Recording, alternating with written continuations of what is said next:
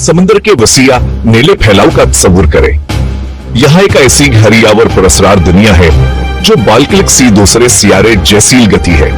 यहाँ सूरज की रोशनी गहराइयों तक पहुंचने के लिए जदोजहद करती है और खामोशी का राज होता है। यह एक ऐसी सल्तनत है जिस पर ऐसी मखलूकात हुकूमत करती हैं जो लाखों सालों से मौजूद हैं, डायनासोर के जमीन पर घूमने से बहुत पहले से। इन कदीम बाशिंदों में से दो सबसे ज्यादा दिलचस्प किरदार हैं जिनसे आप कभी मिल सकते हैं। शार्क स्टिंगरे वह सिर्फ जानवर नहीं है, वह गहराइयों के अफसाने हैं। हर एक कीक आनी समंदर के ताने बाने में गंधी हुई है। शार्क ताकतवर कुची बेकाबू फितरत की अलामत मकमल अख्तियार के साथ पानी में तैरती है।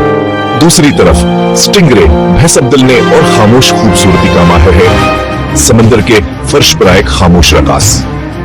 यह दोनों मखलूकात अगर जहाँ एक हैंग घर में रहती हैं, अपनी जिंदगी बहुत मुख्तलिफ तरीकों से गुजारती है। इस बारे में है कि जब यह दो मुख्तलिफ दुनियाएं आपस में टिक रहती हैं तो क्या होता है।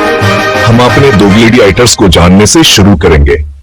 पहले शार्क के बारे में बात करते हैं। जब आप शार्क के बारे में सोचते हैं तो आप शायद एक अजीम सफेद शार्क का तस्वुर करते हैं। यह एक बेहतरीन मशीन है जो रफ्तार और ताकत के लिए बनाई गई है। इसका जिस्म एक टारपेडो की तरह है जो उसे कम से कम कोशिश के साथ पानी में काटने की इजाजत देता है। इसकी जल्द दूसरी छलियों की तरह हमवार नहीं होती। यह छोटे दांतों जैसे तराजू डर्मल डेंटिकल्स से ढकी होती है। यह खास जल्द डिगी को कम करती है और इसे ज्यादा खामोशी से तैरने में मदद देती है।